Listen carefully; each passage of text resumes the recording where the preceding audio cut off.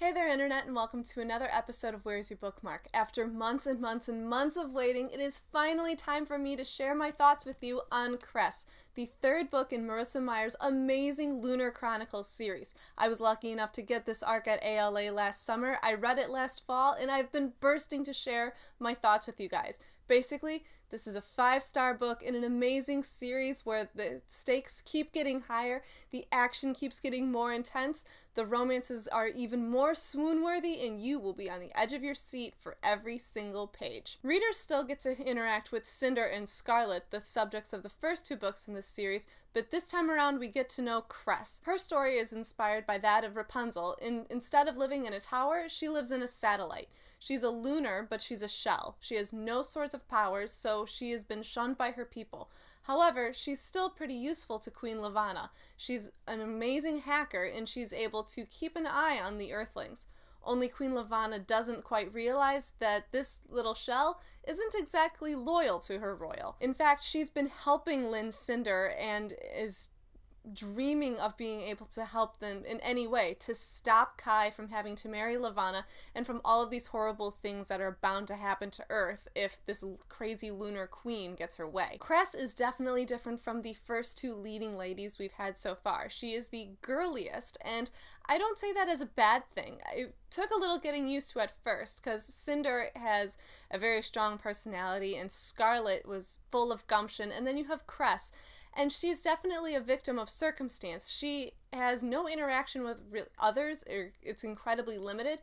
Instead, she has her net screen, and she gets to know people through that. And so it's like those of us who spend far too much time on Tumblr and not interacting with people in real life. Her view of the world is very skewed, and she just wants so desperately to have those connections and to be loved and to feel like she's a part of something. And if her crush, Captain Carswell Thorne, happens to play into that, well, she certainly wouldn't object. What I loved, though, about Cress, once I warmed up to her, is that I was able to see how strong she was, I think, a long time before she was able to. She has this self-imposed image of a damsel in distress, and that's totally not the case.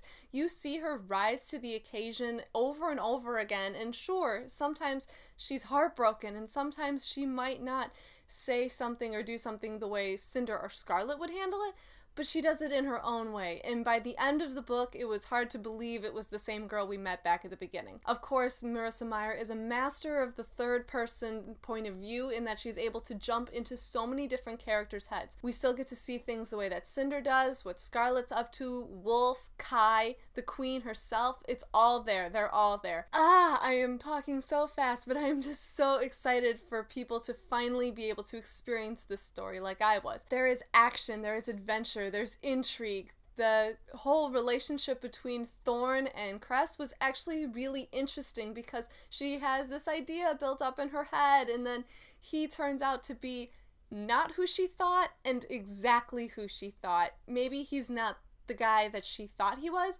but by the end you definitely get the impression that he wants to be that guy for her, though he'll never admit it because he's too cool for that.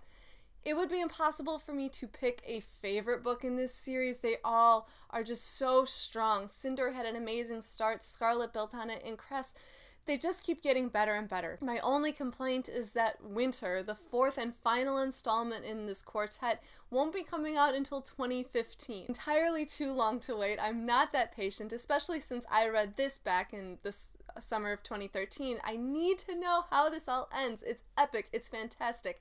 It is sci-fi for fantasy people. I'm someone who grew up with Harry Potter, and I was a devoted member of that generation. And I have to say, the Lunar Chronicles might be my second favorite book series ever? I don't know, but I think so. I feel so passionately about these books. I had Cinder on my school's summer reading list last year, and it was a out-of-the-park home run with so many reluctant readers. If you haven't picked up this series yet, I'm sorry that you watched this video because there's definitely spoilers in here for the first 2 books. If you're hesitant about continuing with this series, A, I don't know why you are, and B, just pick it up, read it. This is an incredibly well-written series that I can't wait to find out how it ends. All of my usual links are down below. Comments are always welcome, and that's it from me for now. Take care. Bye!